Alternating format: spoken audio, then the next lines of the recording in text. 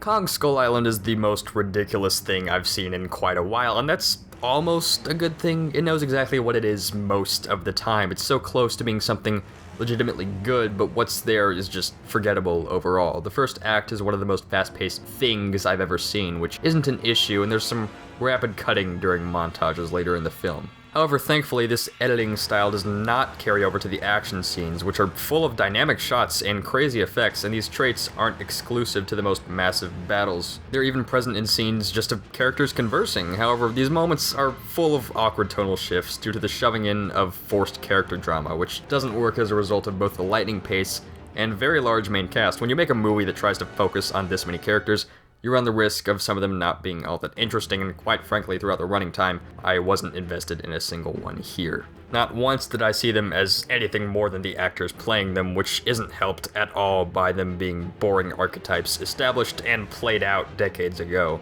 He's the hero.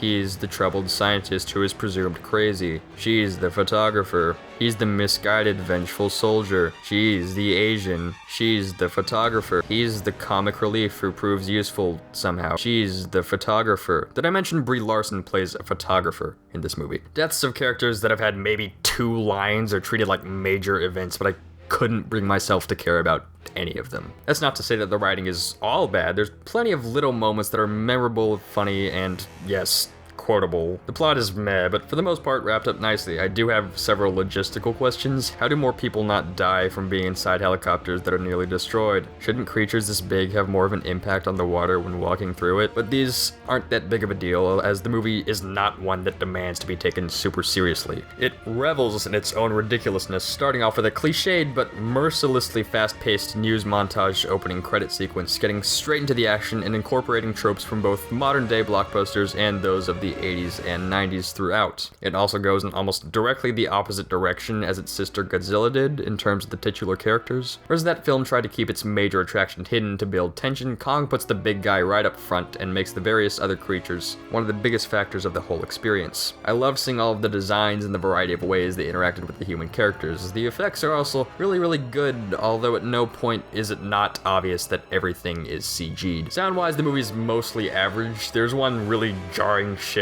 in mixing that doesn't happen within the film's universe. The score is nothing special, but not displeasing to the ears, and there's one distinctive musical motif that's fitting and sounds really good. Skull Island is entertaining enough, and I guess you could say that it achieves what it sets out to do, but the writing is really weak, and this is just a pretty disposable production overall. It could have been an action adventure to be enjoyed for years to come, but the way things are now, if you're a big fan of these types of flicks, then it might serve as a decently entertaining conversation starter, and I'm giving this one a 5 out of 10.